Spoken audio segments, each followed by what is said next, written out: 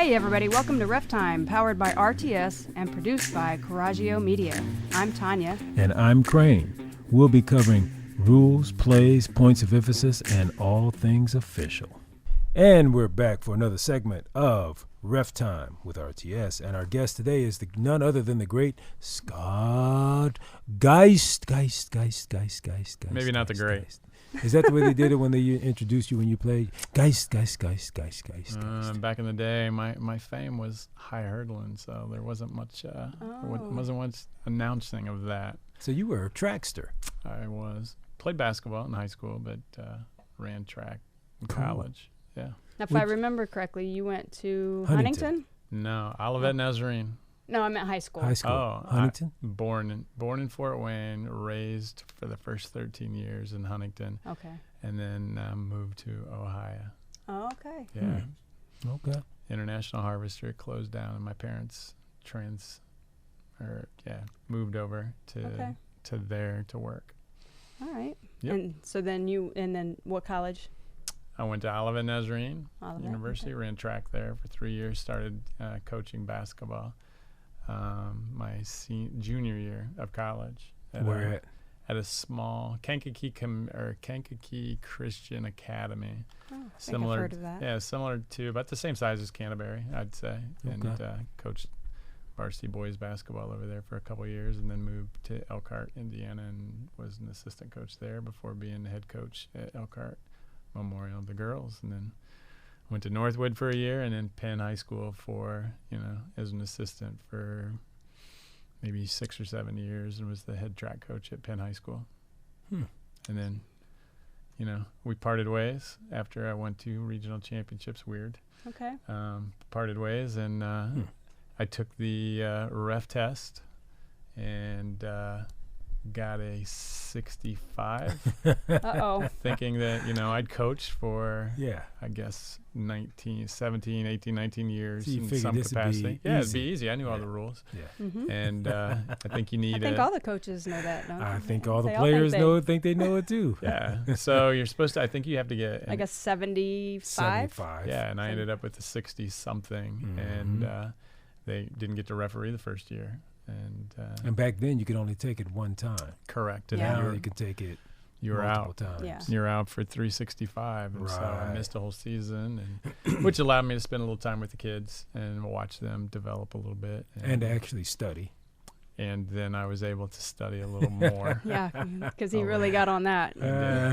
Well, there's a lot of nuance rules, Yeah. and I think that's what a referee is going to call, the signals that they're calling, and you disagree with it for one reason or another as a coach. But when you actually learn the rule, then you kind of learn some of the nuances of maybe why a referee does or doesn't call, and that goes into game management, which the three of us all have difference of opinions on, and when we're calling a game, but respect each other's management. Mm-hmm. So how long have you been an official then? I think 2010, so I think this is year 13. Okay. Yeah. So between coaching and reffing, which one have you found to be the easiest? I would say refereeing is easier because you can leave, you can leave it, True. in the gym that Yes, you sir. leave. Now, you always take 2 or 3 calls, depending on the game and the intensity of it. You have a couple calls that maybe you wish that you would have maybe done a different way. Because even though there's 70, 80 plays in a game, 2 or 3 calls sometimes impact them, and so you want to make sure that you get those right. But I mean, you're looking for an A+, but I think most referees would be happy with an A-, meaning that we got a couple wrong. Right. Yeah, I mean, that's one of the things I always tell people, we're not perfect. I mean, we shoot for it. We shoot to get all the calls correct, but obviously we are human and we make mistakes. So Yeah, and as the three of us have worked some games together, we're going to see things a little differently. We're going to call, or we're going to interpret a rule maybe slightly different. Right. as we've, all done some college refereeing now, they want you to stay in your area. Mm-hmm. And we all know that, like, if we see something in a high school game and our partner doesn't, a lot of times we go get it. Mm-hmm. And, I think the college referees at camp would say, well, that's where that referee has to grow. They have to be able to see those things in tape, be able to answer to a coach. But, it's still hard, because, the high school coaches and the high school players, they're giving it everything they have, and they want, they deserve to have that foul called, maybe. And we don't have the replay option. We don't have monitor to go to in high school. Thank goodness. Yes, amen. But even college games, there are some college games we don't have the replay to go back and look at it. But, I was working with a couple of guys on Saturday, and, they were both like, hey, if you see something in my area, come and get it. And I was like, oh. That was college? Yeah. I was like, okay. Yeah. I usually make that comment, but you're right. A lot of college-level officials won't They make don't. that comment. Well, they don't want you to come in their Right. area. Yeah. Right. But I guess, and I think we all agree with this, I just want to get the call right. Mm-hmm. As a team, as a crew, I want us to get the call right. Mm-hmm. So I'll push back on that a little bit. Like, maybe, there's your partner is passing on it for a reason. Mm-hmm. And I think that's where, in the old days, and I'm going back 20 years when I was still coaching, you had crews come in, and these crews worked together all the time. Yep. And they knew each other well. They did. And so then it's easier to trust. But, as the three of us know, we may be working with somebody, from Indianapolis, somebody from, Boonville. Right. Someone brand new. Correct. Yeah. Or from the region. And in the region, they let things go a little bit more. Mm-hmm. And, if I'm in Busco, they don't want to let those things go. Mm-hmm. Mm-hmm. Right. At Northside, they might want it to be let go a little bit. But Northside, if we let it go, then maybe we have a brawl on our hands. We don't want that either. Yeah, and that's a good point, too, Scott, because as my officiating career has unfolded, I've found that when I go to different areas, different parts of the state, and maybe even out of the state, you're right, the officiating is different. But what I find exciting is for me to learn how to adjust to that style. And sometimes that's what I tell coaches and players when I don't call what they want, and a coach is, barking about this, that, and the other. I'm going, Coach, you have to prepare for different teams, right? What's your point? Well, you play against different teams who have different styles. Well, officials have different styles too, and you have to adjust to our game just like you adjust to your opponent. We're not going to change for you, Coach. You need to adjust to us. Right. You may not like that, but that's just the way it is. You guys agree with that, or you disagree with that? I think in some ways, though, we do try to adjust. Like if we know, try. Yeah, I mean, if we know we've got a country team versus a city team, and we know there's a slow down game, or there's, that this team wants to run and gun. I mean, we know we have to kind of prepare for those differences. True, but as officials, I'm not going to change my calling style. I may readjust. And you are known for that. Yeah, I'm not going to change my calling style because I think that's unfair to the teams. I think if I come in and I have a reputation of calling a certain way and I change on you, that to me is not fair because you prepared for this official and you know how he or she calls. I'm not going to change my calling style. I have had situations where I've had a outlying school playing a inner city school. Inner city school is quick and strong and powerful, and this team is more slow down. And I've adjusted my game in terms of knowing, okay, this team, if they drive in, they get bumped, they want that call. I'll give them that call because that's the style they want. But to me, a foul is a foul, and I'm not going to change my calling style just because I'm not going to. I don't know if a foul's a foul. I know we both had athletes in our family that played at a high level. Yeah. And I think if we talked to both of those gentlemen, they would say not every foul is a foul. I agree. Well, as officials, we tell people all the time, unless you're not Reggie all Hearn. contact. Well, yeah. And Reggie Hearn wants it. Well, that would be Jordan Geist as well. Right. Throw that name in there. Well, I mean, but not all contact is a foul. We all Right. know that. But it depends on the level too. Because if I got two girls teams in high school who are not very aggressive, and then next night I got two boys teams, and it's a rivalry game, and they're very aggressive. You know, you gotta adjust. I gotta adjust my game to the style of ball. But a foul is still a foul. If you come in and I but know again, all contact is not a foul. all contact is so not. That's we need to make sure that the audience is aware that all contact is not a foul. And they're not. They don't. And Right. It's not. They are not aware of that. So Well, I think now you and I have the same style. I don't know if you do, but if we call it like, and we've told coaches, we call it like in college. So if I have a high school game and a girl comes down and she takes a ball, she drives in, she gets hit. Not on the hand, because hand's part of the ball, but she gets hit here. And the ball goes up and she got help. And I'm, okay, it's fast paced, but the ball rolls around the rim, it rolls off. Boop, I got a foul. Coach, that's late. It's not late, Coach. I blew it. It's patient whistle. That's a patient whistle. Everybody doesn't call that way. Right. We do, and I think you do too, right? I would say For the most part. Mm-hmm. I mean, that's, I think, the biggest change in just being around the game long enough on this side of the line. Come on over to the dark side. The dark side or the striped side. I think, and especially with college, where they do want you to be more patient with your whistle. But the one thing that I know that I missed the other night in one of my college games was I had two people on the floor. Probably should have had a whistle. Mm-hmm. Both the coach asked me, "Hey, what was that?" I ran to the other end of the court. Because you didn't have an answer. I didn't have an answer right then. I was going to get one.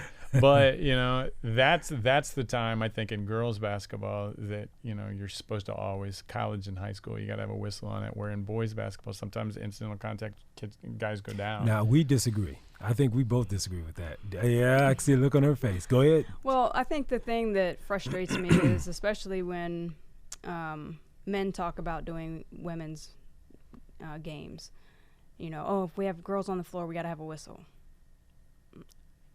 How did they get to the floor? I think that's what we need to establish first. How did they get to the floor? Now, was there something illegal that happened that caused them to go to the floor? Then yes, we should have a foul. We should have a whistle or something. But if it's just a good basketball play and they both got there equally at the same time and they both just fell, I got nothing. Or if there's no advantage game. Same thing on jump balls. Sure. You got, a lot of guys, they'll call jump ball as soon as two hands are touching the ball. I mean, it's just instant. And it's like, that's not fair. That's not fair to them because you wouldn't do that in a boys game. Well, I'm similar, and I probably have a more patient whistle in a girls game because there are more opportunities for jump balls. There are. It seems like. I agree. I agree with that. At the level of high school basketball we have, there are. Yes. But I don't think we have to call it every single time. No. Like, let them play through it. We can do that. But in a boys game, sometimes when you're letting them play through it, that's when it does get physical. And so, like, my whistle is a little less patient on a boys jump ball. But see, I don't see that out of other guys. Like, other guys, I see them being very patient. They let them throw the guys around, and then in a girls' game, they barely touch it, and, we got a whistle. I'm like, come on. Well, I believe there are, again, in this area, and I'm not saying that there's not high-quality girls basketball teams, but when there are, I would say, a lot of mid-level talented teams in our area, girls-wise, there are more opportunities to call jump balls. And so for me, I have a very patient whistle because I want the ball. I want the clock to continue to run. I want them to play through it. Play through it. And if they can play through it, otherwise, if we need to, maybe we come in with a foul or, middle school level, they don't understand and they just reach in. So we can call fouls versus calling jump balls all the time. Now, my philosophy on the whole, I'm listening to my philosophy is very simple, and I'll tell coaches, Coach, if I wouldn't call it in a boys' game, I'm not going to call it in a girls' game. That's just my philosophy. I try to go into games and I treat the boys just like I do the girls. If it's a good physical game with the boys and it's a good physical game with the girls, you're going to get a similar whistle from me. I had a game, it was last night, I think it was, and it was a college game we did. We did a college game yesterday. Yes. And it was a jump ball, and the girls were fighting over it, and they were tied up for it seemed like eternity, and I just watched. They were standing right in front of me, and I just watched. And one pulled it, and the other one pulled it back, and the other one yanked it around. And this one traveled a little bit, but this one didn't, and she pulled it away, and they were gone. I said, let's go. So I don't differentiate boys or girls. If I'm not going to call it a boys game, I'm not going to call it, and I don't care what coaches or fans think. This is the way I officiate. Again, it's fair because this is the way Crane always officiates. Now, moving on. Let's talk about your career highlights. I mean, your profession. What do you do for a living, Scott? I am an assistant principal in Fort Wayne. Okay. Hope to be a principal, either Fort Wayne Community Schools. In Fort Wayne Community Schools, hope to be a principal, within the year. Oh, all right. That's my aspiration. How long have you been an assistant principal? 11 years. Okay. Two in Concord schools up by Elkhart, and 9 here in Fort Wayne. Okay. So. And do the chances look good for that happening? Well, I believe that I have the qualifications for that, and try all to right, put Fort myself. Wayne Community Schools. Let's go. Are you listening? I try to be an advocate for all students, but being an educator of color, I see that there are we're lacking that in many schools. Mm-hmm. And Fort Wayne has one in the 31 elementary schools has one principal of color, and so I think that there should be, and advocating for that. But I'm also putting in the work. I should be the most qualified candidate, but do think that is a variable that could help in some of the schools with establishing that right culture and building relationships with family and community. Now, you said that out of the 31 schools, are you Elementary. 31 elementary. Because we were told recently that there's only one. In the middle school. I thought he said in all Fort Wayne Community I Schools. thought he said in the middle school there was only one. There's 0 at the high school.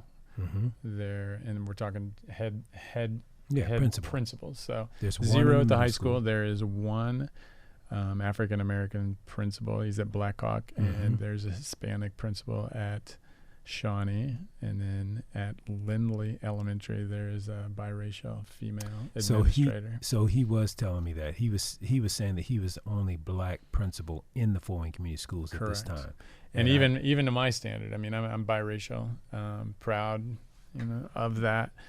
But I guess I say I'm black. I've always said I was black, but again, I was born in '70, and back in the day when you had to fill in the bubbles on the sheet. You could only pick one. I was given 2 options: black or white.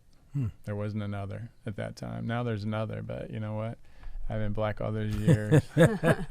I've dealt with some stuff, and I believe I'm stronger because of it. Yes, sir. What they say, if it don't kill you, it only makes you stronger. That's right. That's what they say, but I don't know if that's always true. That's right. All right. So what is a career highlight for you in officiating? I would say, 2 things, real quick, working girls regionals for a couple years in a row. Last year they changed the format, and so some of us that were already in that rotation, got bumped back down, so that kind of stunk. But enjoyed doing those 2. Did an Elkhart Central Elkhart Memorial game back before Elkhart Memorial, closed in front of about 4,000 people. Oh, nice. But Shauna Zolman, who played at Wawasee, set the state scoring record against my Elkhart Memorial team coaching. That was in front of 5,500 fans. Wow. But then last year, I worked an NAIA game that was in the tournament. I guess that would be my highlight college-wise, and the level of intensity of coaches, and having teams from around the country and the facility is kind of cool. So did you already address why you switched from coaching to officiating? It kind of happened naturally. I coached at Elkhart Memorial inner city school, similar to, I would say, maybe like a Northrop. Okay. But about 1,600 kids, and won a sectional. Went against a very good Fort Wayne Snyder team back in 1999, I believe. and lost to them. I think they ended up being semi-state champions or state runner-ups, actually. And, then I, lost that job in full transparency and went on to be a better assistant coach than I was a head coach in basketball, but it taught me some things. And then, I was a pinch track coach, very successful. And then we had a difference of opinion and split ways. And I wanted to stay part of the game. There is this like high you get from just being on the court, being part of that environment. And, I still think that I could probably play, some pickup games and have that adrenaline. But, there is that adrenaline. And it's not, that I'm in charge as a referee and I need that power to, blow my whistle and be in charge. But, like, just being around some of, the great athletes that are around our area, and then occasionally getting to go down to Indianapolis or the South Bend area and seeing some great athletes up there and down there as well. We like to say it's our therapy.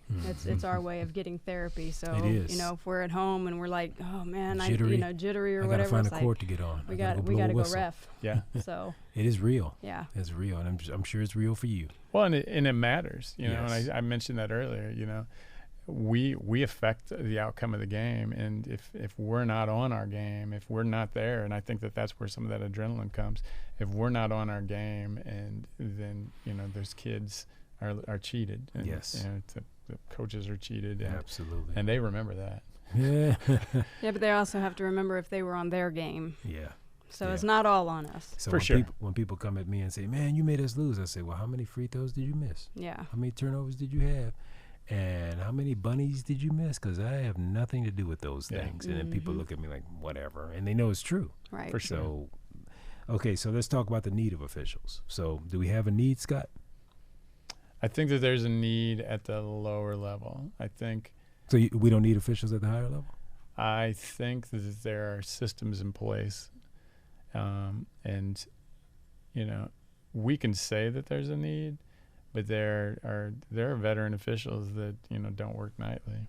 That on a Friday they're still having to hustle for a game here or there, and I think that they're just feels like the old school folk would like for the younger folk to maybe put in some dues, and I can't disagree with that.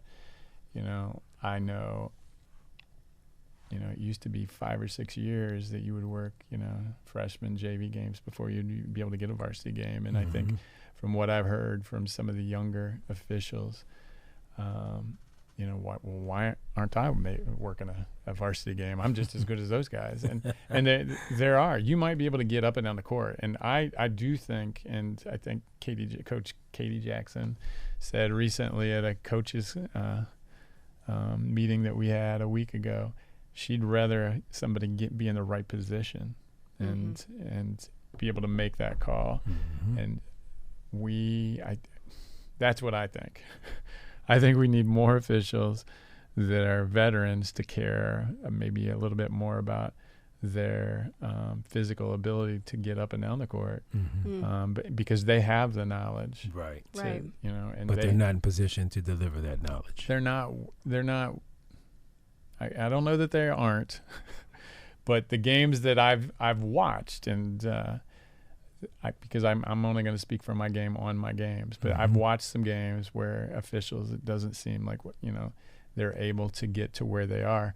And so then they have to rely on their knowledge of the rules and knowledge of, tendencies for a play. Well, a kid, blocks a shot. Blocks a shot. Well, you're coming down with your arm, 9 times out of 10.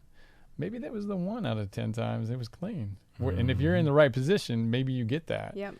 So, I think, what I've learned from college camps is, if you don't see it, don't call it. Right. Yep. Don't guess. And then the other thing is, why didn't you see it? Right. I mean, that's the thing. And so a lot of times it's because you're not where you're supposed to be. So school administrators are they're so politically correct. I know, How he's they say very things. They're just politically smooth.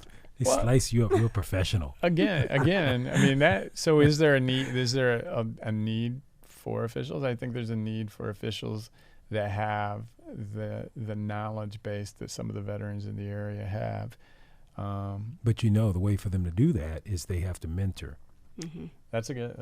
And I know that'll go later on in this, but that's a tough thing sometimes because there's a lot going on in our lives. But we got to replace ourselves. And again, the veteran officials, if they're not replacing themselves, then we're doing a disservice to the future of the games. Well, I got my start. So like I did my first sectional 3 years in. Okay. And, that was unheard of, But that's I guess typically 13 what years we're ago. told. We're told that that's what's supposed to happen. Well, now. Well, you can't apply until your third year. Well, yeah. Right. And so I got in right away and Mhm. got a sectional, and I got a boys sectional my first year. And again, there was a shortage. And again, sometimes it's about where the area is Correct. that you're actually Correct. refereeing. Mhm. We have, 4 associations all within 45 minutes of here. So Mhm. there's a lot of officials here. Mhm. Are there as many officials that are willing to go up to Fremont, willing to go, up to well, Kendallville probably, but there's some places where people don't want to go. Mhm. I continue to say I'm raising my hand. I'll drive an hour and a half, 2 hours. Right. And that's, I think, sometimes what gets in the way of some of the younger officials getting some opportunities Mm-hmm. is because the younger officials don't want to drive an hour and a half, 2 hours away.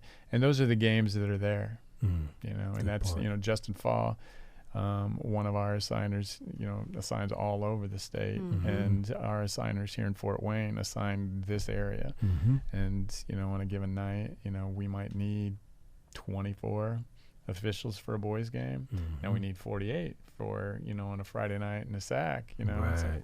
And so that tends to be a lot of people getting, opportunities then. But here's, as we talked a little bit before this podcast, we have, this time, where there's 2 weeks really before the boys scrimmages start. So who's working those games? Mhm. There's not the emails that we get, in December. Hey, we need somebody. Mhm. So I guess maybe there is a need. I think the mentoring piece where I was lucky when I started was I had 2 veteran officials where I could usually just jump in because I could get up and down the court. I'm not going to make you look bad because I'm not, able to get up and down the court. I can get up and down the court, and then maybe my call is not the correct one, or maybe I swallow my whistle because I'm not sure what to call, Mhm. which is maybe better than not. Which is just because you're new. Correct. Yeah. But if you're in position, you get a lot less friction from the coaches. Mhm. And if you're Correct. young and in position, that can go a long way for you not blowing a whistle or getting a call wrong. Right. And the thing goes is, a long way. when you do blow your whistle or when you don't blow your whistle, a coach will respect you a little bit Mhm. more if you say, by rule, Yeah. this is what I said, this is what I called, or Right. this is why I didn't call it by rule. That's showing As knowledge. opposed to correct. And Right. you get instant respect from the coach Absolutely. because you can't debate the rule. You can debate the interpretation of the rule. And Right. coach, you and I, this is the rule. This is how I saw it. This is what I went with. Right. Mhm. And but you have to know the rules. And again, I go back to I wanted to get in my first year out of coaching, got a 60, didn't know the rules. So but I still was getting varsity games in my first and second year. Not a lot, but I was getting some. But but I wasn't ready. I was nervous doing a freshman game back then. So, are you nervous now when you do games? I'm nervous during games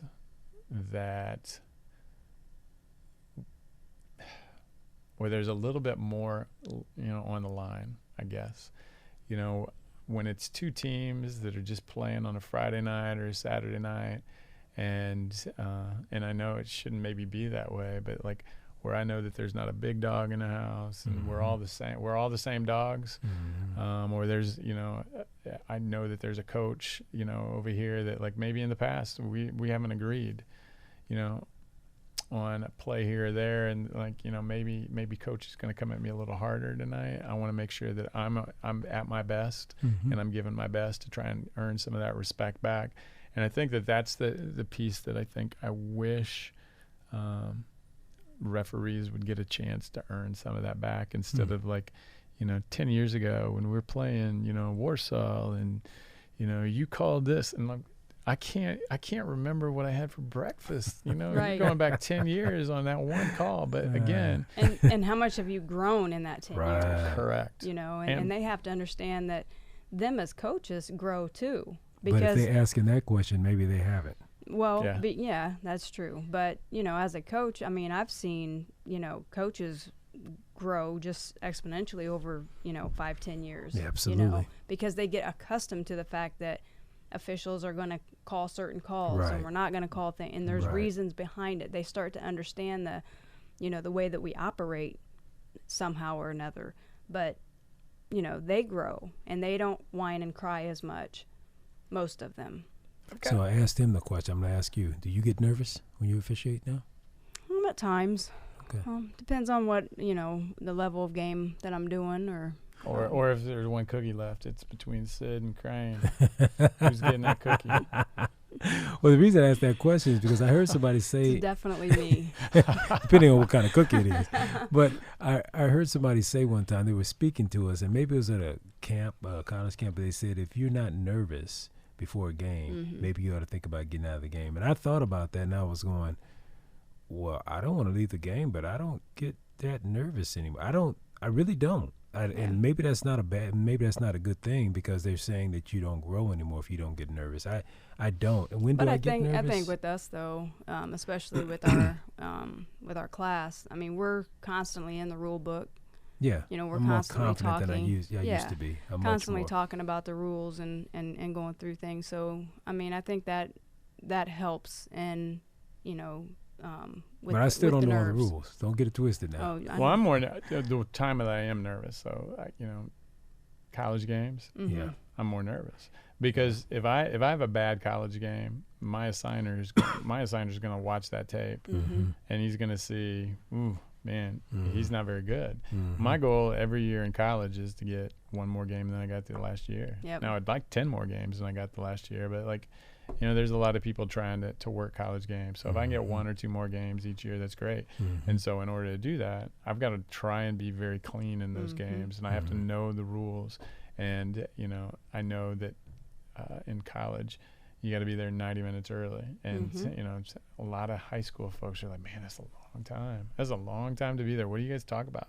We talk about plays. We talk about basketball. We talk about games. We talk about coaches that we've had. And get ourselves mentally ready. Correct. Yeah. And we talk about, just in general, we talk about each other, what's going on in my life, what's going on in your life type of thing, so that we can establish some type of rapport. Because I might be working with 2 people I've never worked with before. Happens a lot. It happens a lot at the college level. And I remember one game you and I had, I think it was at Manchester, and the third, we rode together obviously, and the third came and he was sick. Remember that? Oh yeah, kind of. And we were worried that he wasn't going to get there because he was not there 90 minutes before. And he finally got there, and we were kind of like, what's going on? He said, I'm sick as a dog. And he was throwing up, and we said, do we need to get a replacement? I mean, those are kind of things that, you're going to get taken care of. But I think we're going over a little bit. Yep. But last question I have, and then you can go into talking about the recruiting part. College level. What's going on with this? You going to shave? Well, my assigner at the college level says that I can have a goatee. As long as it's clean. It's clean shaven, well kept. Okay. Not supposed to draw attention to ourselves, I'd love to have an arm sleeve. I've had a goatee. I'm a big Magic Johnson fan. Had a goatee ever since I could because Magic Johnson. Wow. I had a high flat top because of Carl Lewis. So I'm very impressionable. You are serious about this, aren't you? 100%. It wasn't Kid and Play. It was Carl Lewis. Now I might say Kid and Play so folks can understand. Like, oh, I get it. But it was Carl Lewis and Magic Johnson. They're very influential in my life. He is so serious. And so for me, if I knew I had a chance to go, or I had other signers that would tell me that, like, hey, this is a serious thing for me, and I'll know it's serious for you when you get rid of it. I'd get rid of that. Okay. But for me, it's you have to be willing to sacrifice, I guess, and at that level to like do some things, and I think that our assigner, we both work for Rob. He understands where we're at, and in our age group, we don't maybe have the chances to go up to the big time anymore. Well, I mean, my thing is, look at the players. I mean, you want to talk about facial hair and their head on the hair on their head. I mean, it's they look like they don't even comb their hair half the time. They don't. But we're not supposed to be seen out there. It's just supposed to be those I guys that. And girls looking pretty out but there, I think, and we're on the side. I think the little bit of this, and it's clean shaven, and it's well kept or whatever, and maintained. And one year I shaved all mine off. I was not happy. I was almost homeless. Yeah. Girlfriend was like, "What are you doing?" I was like, "Well, I'm trying to fit in." "You need to fit in here at home." I was like, "Wow, I got to choose between an assigner and my wife." Wow. Well, I like to look a little bit younger, and when I do shave off my mustache and goatee, I look a few years younger, but I don't like the look. All right, Tanya. Yes. Let's talk about the class and talk about what's coming up on New Year's Eve. All right. So, we're currently wrapping up a class tonight, actually. Of course, you don't know when that is, but we're wrapping up a class. We have next year's schedule will be posted online coming up within the next week or two. So check that out at reftrainingschool.com. That's reftrainingschool.com. Trainingschool.com. reftrainingschool.com. I'm going to be here. What do you call that? Echo? Yeah, you're terrible. That was a good echo. It was terrible. I'd say I concur with Tanya. Thank you. Who asked you, Scott? Whatever. Scott. No high fives on the show, please. I rep with her a little bit more than I rep with you. Oh, so that's why you're kissing up. Please continue. Whatever Miss you kiss say. Up taker, or whatever. And then what we do have coming up on New Year's Eve, December 31st, is our Hoosier 3-on-3 tournament. That will be Hoosier Holiday Hoops. Don't roll your eyes, because last time I didn't say it right and you corrected me. So Hoosier Holiday Hoops. I've heard her correct you a lot over the years. Yes, thank you. Yes. Anyway, not deserved either. You can register at Hoosier3on3.com. Get more information there as well. And we look forward to seeing you guys soon. All right. Well, thank you for joining us, Mr. Scott Geist. Always Spell your last pleasure. name for everybody. Geist. That's correct. I got that correct. That's you correct. did. What is that? Is that German? It is German. Wrap it up. Adopted by a German family. Yeah. German. Yeah. Cool. All right. Well, Mr. Scott Geist has joined us today, and hopefully we'll have him on again in the future when he reaches the top level of official. Now, one last question. You only do basketball? Only basketball. Okay. Because I do think that you need to love the sport that you're like, officiating. I think it's easier to spend time away from your family. Cool. All right. Well, thank you for joining us, sir. Thank we you, really sir. appreciate it. Thanks for having me. All right. Take care, and we'll see you guys next time. Thanks again for listening to Ref Time, powered by reftrainingschool.com and Hoosier3on3.com. Produced by Coraggio Media, Ref Time is recorded in WELT Studios in beautiful downtown Fort Wayne, Indiana. To join RTS, visit reftrainingschool.com. Please like, subscribe, and share with your friends. Until next time.